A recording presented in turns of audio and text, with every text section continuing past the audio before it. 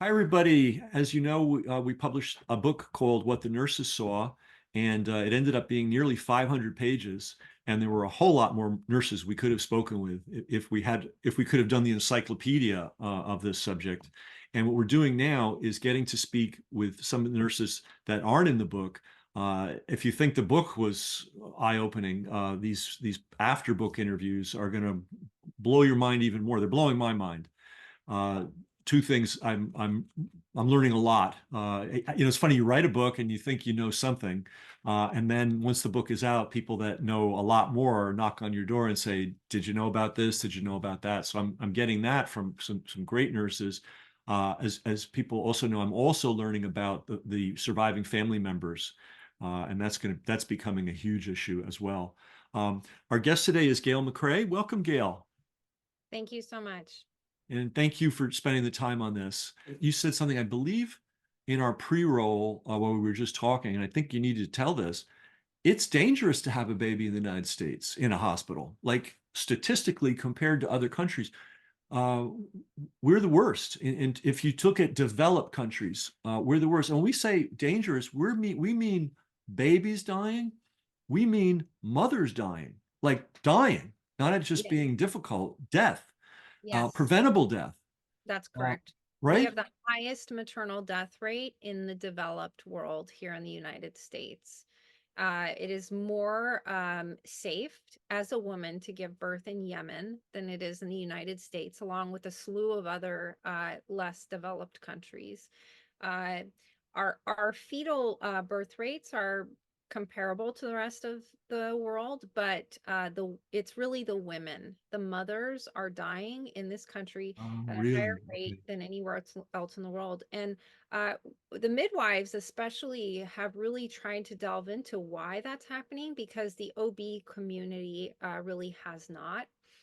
And it's been difficult, but what we've kind of determined is that there does seem to be a correlation between increased rates of interventions and maternal deaths. So, the more medications the woman takes, the more likely she is to end up getting a C-section.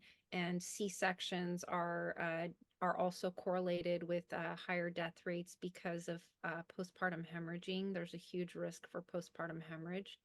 So, it's a very sad situation. But again, it's like you said, it really prepared me to kind of understand the way these organizations work and how they aren't necessarily following the evidence. And it's very clear when you really take that into account. I mean, we have the highest maternal death rate in the world. Clearly there's something very wrong with the way that we are practicing women's health. And the organizations won't stop and look at why. It's the same thing happening with autism and Mhm. autoimmune conditions. It's like we've gone from, one in thousands to one in 30 something children born with autism in the last 20 years. And no one will stop and try to discover why this is happening. So the same thing happens in women's health, and I would argue all the way across the board when it comes to healthcare. It's almost like, and this is kind of what I've come to over my years in this field, is that unless there's a financial incentive to study something, they won't. And the incentive here for them is that, the more people with chronic illness and disease, they are more likely to become long-term customers of the pharmaceutical industry. And that's the sad truth of what I have really come to learn after my graduate studies is that all chronic illness and disease comes back to toxicity and deficiency Mhm. the human body. So we're poisoning ourselves with pesticides, chemicals on our food, medications, and we aren't able to access a high enough level of nutrition because of the depletion of our soils to actually create wellness in our lives. It's And a then sad thing. so much stuff that's put on the food shelves in supermarkets isn't even food. Like, Correct. just I hate to go on a tangent, but it's so like if you look at all the chips and stuff that people buy, potato chips, and you'll often see this thing called cottonseed oil. Well, cotton's an industrial plant. It has nothing to do with food at all. In the 19th century, only the lowest down skeezy farmer would feed his livestock cottonseed cake because it was a way to save a buck.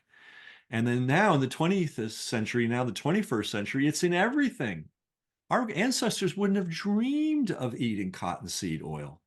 And you just multiply that by a thousand different items in the food store. So, and yet nothing is said about that. And I imagine it's more lucrative to hospitals, obviously, to have the hospital in birth than it is to have it in a birth center or at home, right? Absolutely. It's Yeah. about So 30 grand to have a baby in the hospital, and you can do an out of hospital birth for less than $6,000 in most places of the country. 30 grand. Hmm. What does that do? I mean, how does we wonder why our population isn't growing, why people aren't having kids the way they used to. Who could afford that? Who can take a $30,000 hit for every child you have? Unbelievable.